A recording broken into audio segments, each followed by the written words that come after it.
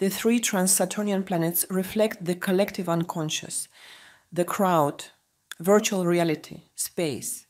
They concentrate and give out a huge amount of energy, yet each one in a different state. Uranus, the future, the collective unconscious, predictions and everything that revolves around the subject. The sentence Uranus is the higher octave of Mercury is only used to understand that the planet is very rational. We do not use this phrase to interpret a birth chart. Neptune, virtual reality, mysteries, dreams, the financial market and its mysteries. It is the higher octave of Venus and Moon. We feel unity with the animal world through the moon and its function of satisfying instincts, while we feel oneness with the whole world through Neptune. Pluto, purification, destruction and rebirth, the concentration of energy. It is the higher octave of Mars. It is the army. If Mars is the initiative and energy of a single person, then Pluto stands for the huge energy of the masses. When a person is in contact with any slow planet, she is able to perceive virtual reality. For Uranus, it would be associated with predictions of the future, analysis and situations of waiting. For Neptune, it would be the access to virtual reality through dreams, illusion, virtual games, alcohol. As for Pluto, it would be the access to virtual reality through working with energy, sensations, and energy flows. The slow planets are extremely destructive, hostile to our nature in our everyday world if we do not control their energies. Uranus is electricity. We cannot touch electric current directly. Neptune is drugs and alcohol. If in the past they were used by shamans, by spiritual people to awaken the supreme intuition, they have become a problem nowadays and can be a source of destruction. Pluto is nuclear energy. It is a devastator in its pure form. If the slow planets are strong in the birth chart, then the native has a lot of energy that should be used, otherwise it will generate the negative. The good news is that if you use the energy of the trans-Saturnian planets correctly, then you will achieve unprecedented results. The energy of the higher planets is extremely non-social. It goes beyond traditions and our beliefs. The poles of the trans-Saturnian planets in brief: Uranus. The upper pole is the future, the lower pole is hope, Neptune. The upper pole is intrigue and mystery. The lower pole is trust, Pluto. The upper hypostasis is cruelty, pressure, and radicalism. The lower hypostasis is weakness, Mars conjunction Uranus. I live in the hope that everything will happen by itself, that everything will work out naturally, without my intervention. Uranus square or opposition Venus. I rely a lot on people. I hope they will help me. Sun conjunction Uranus. The person hopes and waits eternally. Mercury conjunction Uranus. I only think about the future. I count on the future. In the highest hypostasis, Uranus is extremely rational and intellectual. Everything it touches, it makes cold, intelligent, and calculating. Uranus embodies complex analysis, the ability to synthesize complex information flows. If Mercury is I simply think, then Uranus is the ability to collect numerous factors, to pass them through your interior, to draw conclusions, to synthesize. These qualities are required in the profession of trading on the stock market, for instance. Why is astrology a Uranian subject? In its source code, a birth chart is a set of factors that must be assembled together, combined in order to give the description of the overall image as an outcome. Uranus is very prominent in the charts of financial analysts. We do not talk about an intuitive insight here, but about a cold and sharp intellectual analysis and synthesis. A true designer, a Uranian designer, wants to create something that the crowd needs. And certainly the price of having a successful collection is having 10 failed collections. The job of the analysts is therefore to study the needs of the society. Let's look at creativity according to the solar principle. I got an idea and I start creating here and now, immediately, on the spot. This is Uranus in its lower hypostasis, implementing a spontaneous idea and being true to one's own script. My script, my idea, are the approaches of the Sun, of the Uranus's antagonist. If Uranus is the crowd and the future, then its antagonist, the Sun, is me and the present. When Uranus falls into its lower pole, it wants to bring the future closer, giving rise to speed and chaos. Yes, it is still Uranus, but in its lower hypostasis. Its higher hypostasis also includes the notion of speed, but not in our usual understanding. Yet speed in the sense that I am ahead of my time, that I think of everything in advance. The speed in the lower hypostasis is the story of when I get too close to the partner too quickly in a relationship. For example, in the case of Venus-Uranus conjunction. Or when I have to redo everything quickly in the case of Mars-Uranus conjunction, and it is already a distortion. Uranus manifests itself in synchronicity with Saturn. Both planets are the rulers of the sign of Aquarius. In both we find planning and understanding of time, structure, order, and architecture. In reality, in its superior hypostasis, Uranus is the great order of everything. The starry sky is a direct archetype of Uranus. The sky can seem chaotic. There are millions of stars. There's a disorder on one side, but if we look at it closely, we will see constellations. The second rocket, the lower pole. Here we see the near future, because the Sun, the antagonist of Uranus, personifies the present. In the sentence, everything will happen very soon, at any moment. We have both the present and the future, which is called procrastination. And in the end, the person does nothing neither now nor later. In European languages, there are verb conjugations to designate the near future. For example, in English, I am going to do something. Hope that things will happen promptly, right away, corresponds to the lower hypostasis of Uranus. When we live in hope, we see only one possible scenario of the evolution of a situation. When we don't appeal to the analysis of different possible options, being on the lower pole of Uranus, man is not on Earth, but not too far away either. We can say that he is stuck in sleep mode. If we are not in contemplation, then we do not see the Earth entirely, but only one of its fragments. We do not see the distant future or its dynamics either.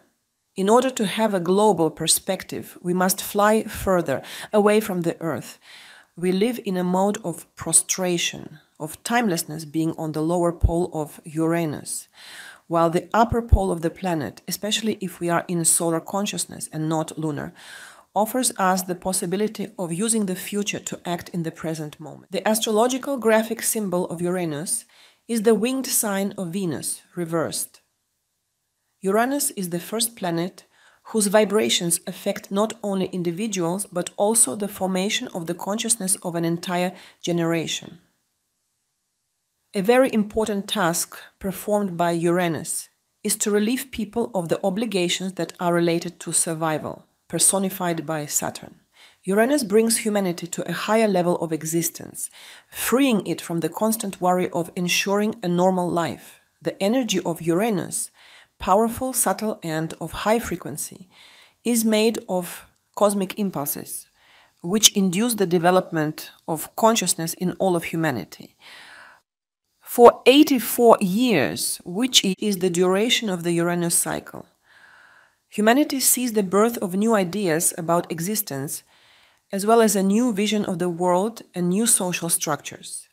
The age of 84 is considered a classic or creative life expectancy, and it is believed that after this age, man has nothing more to do on Earth.